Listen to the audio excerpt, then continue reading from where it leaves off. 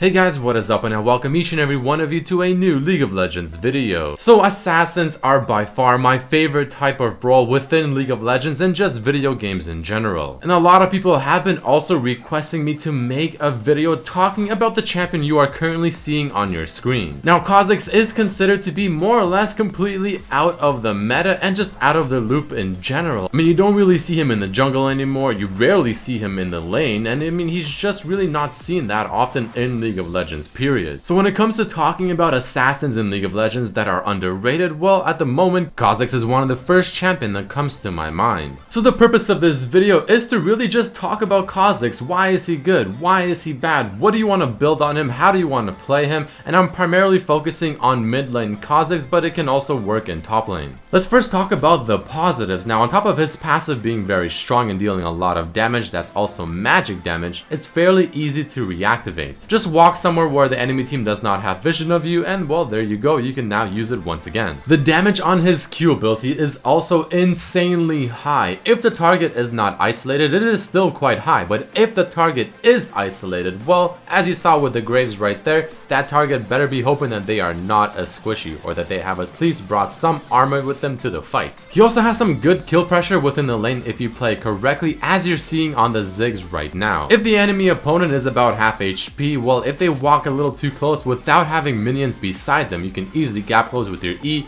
auto attack with your passive, proc the Thunderlords, use the Q when they're isolated, use the W as well, and trust me, it's a lot of damage. He also has options in his kit, which is a big plus for me. So for instance, maybe upgrading your W with your ultimate to get more poke and more harass going if your team doesn't have any siege. You can upgrade your ultimate instead to get more camouflages, get more procs of your passive, and I mean, the options are there to fit your playstyle and what your team needs. He has fantastic mobility with his E ability, not only feeling very satisfying, but again having the option to reset, which is very core within his kit. And what I think makes kha'zix very scary. I mean, you mess up one time in a team fight, you give him that one slight upper hand, he's gonna be jumping around like a madman, getting resets left and right, dealing tons of damage. But even though he has that potential within team fights, well, he's also not too bad in a 1v1 scenario. I mean, his passive is very strong, his Q is literally made to 1v1 someone, his ultimate gives him the free stacks of his passive, because even if your opponent has vision of you as you are stealthing with your ultimate, you still get your passive resets. And he also has quite a fantastic in-air combo that we will be talking about in just a moment. Now the negatives of this bug. I mean, even though he does have a pretty cool all-in within the laning phase, if the enemy opponent oversteps, other than that, it is a little poor. You will be getting out harassed for the most part until you find that one opportunity to strike, so it is gonna be a little difficult. He also feels like he does rely on hitting level 6 and level 11 so you can upgrade your Q and your E ability to become truly relevant. He is somewhat reliant on getting those resets within teamfights to be truly useful, which unfortunately also relies on your team to get you in that position to jump in there and get the resets going. As an assassin, he is fairly squishy, so if you're going in, well, you better be hoping you can get the kill and jump back out or continue on for the reset. And his wave clear if the enemy team is pushing at your tower isn't anything to brag about either. So now that we got those general things out of the way, let's go into some tips and tricks whenever you're playing kha'zix and just things to keep in mind. So the first thing to talk about is the clip that you saw with the Ziggs and the Victor earlier in the video. If your opponent's flash is down, you really want to start zoning them and put them in the pressure that if they come too close, you can easily jump on them,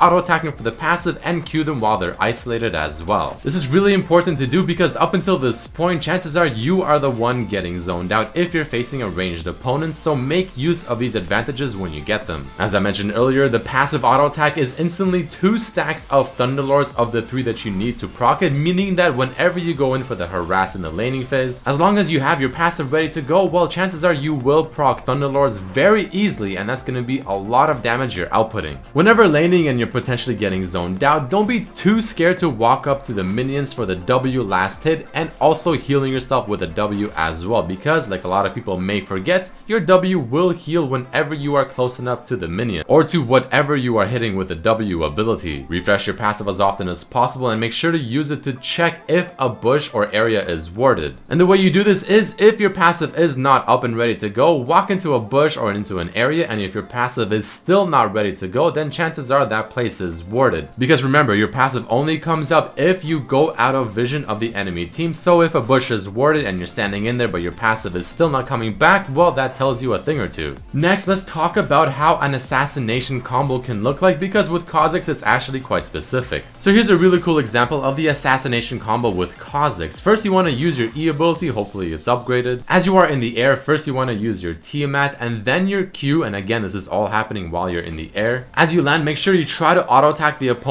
for the passive and then use your W to finish them off or to apply the slow. Whenever you're doing team fights, be very patient and wait for the right time to go in, because again, your kit in team fights does rely on you killing a target, getting the resets, and continuing that trend. So you have to let your team soak up a bit of damage and also deal a bit of damage, but if they do it correctly, oh boy, you will jump in there and you will look like an absolute hero. So just before we go into what items you want to get and runes and masteries and all that good stuff, I'm sure many people are wondering, what abilities do I max on kha'zix? What do I get first? What do I upgrade? Well, let's talk about that very quickly. So you always start by leveling your W at level 1 first, and if you're laning against a ranged opponent, then you want to get the E ability at level 2, get the Q at level 3, and then you always max your Q first, then your W, and then your E. But if you're laning against a melee opponent, then again, you get the W first, then the Q, then the E, and then proceed to max them as I just said. But when it comes to upgrading your abilities, this is how I look at it. Almost always I want to upgrade my Q first at level 6 and then my E ability at level 11. The reason for that is because your Q is what makes your damage come alive, and I mean, you're not gonna have a whole lot of chances to reset around level 6, 7, or 8 because the team fights won't really happen just yet. The Q will give you a lot more pressure and damage within the laning phase, so you most likely want to do that. E at level 11, and then at level 16 I almost always use my ultimate.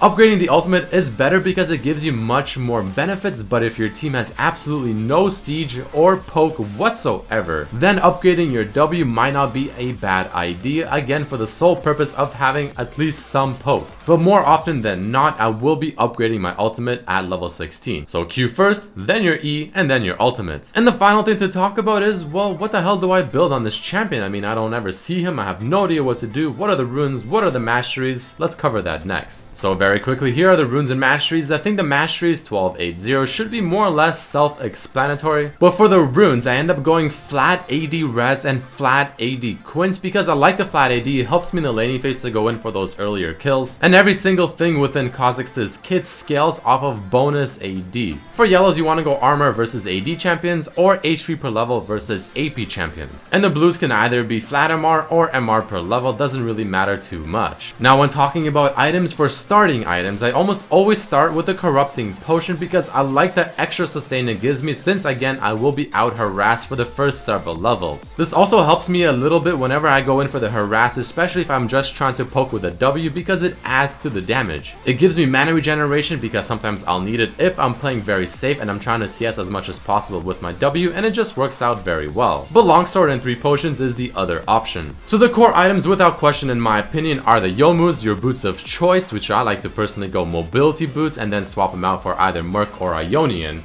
Hydra, and Black Cleaver. Hydra is important because of the lifesteal it offers, the wave clear, and on top of that, the combo that I showed you earlier whenever you're going in for the assassination, just overall adding to the damage. Black Cleaver because again, armor penetration is very good on kha'zix, this works really well, gives him some tanky stats, and 20% CDR. And Yomus because, well, Yomus for any AD assassin is just flat out broken, and there's really no reason not to get it as a first item. It's just too good, offering too many stats. When it comes to your other items that you may consider, I highly recommend Death's Dance and Bloodthirster. The reason for this is because with these items and a Hydra, I mean, you're gonna have a lot of lifesteal, you're gonna be doing a lot of damage as well. Death's Dance will give you the last 10% CDR that you'll need to hit 40%, but the fantastic thing is the fact that Death's Dance is the only item that will work with lifesteal and your Q. You can always replace maybe Bloodthirster with something like a Mercurial Scimitar if you need the Q assess effect, or even a Last Whisper if the whole enemy team is just flat out stacking armor. But but I highly recommend choosing between Death's Dance, Bloodthirster, Mercurial Scimitar, or maybe the Last Whisper or the Maw of Malmortius. And before we end off this video, let's give a quick final rating to kha'zix. Now, I don't think he's a bad champion, but I definitely don't think he's absolutely overpowered. He easily has his strengths because he's a lot of fun, has a fantastic kit with many options, has a lot of potential within teamfights, a really cool assassination combo,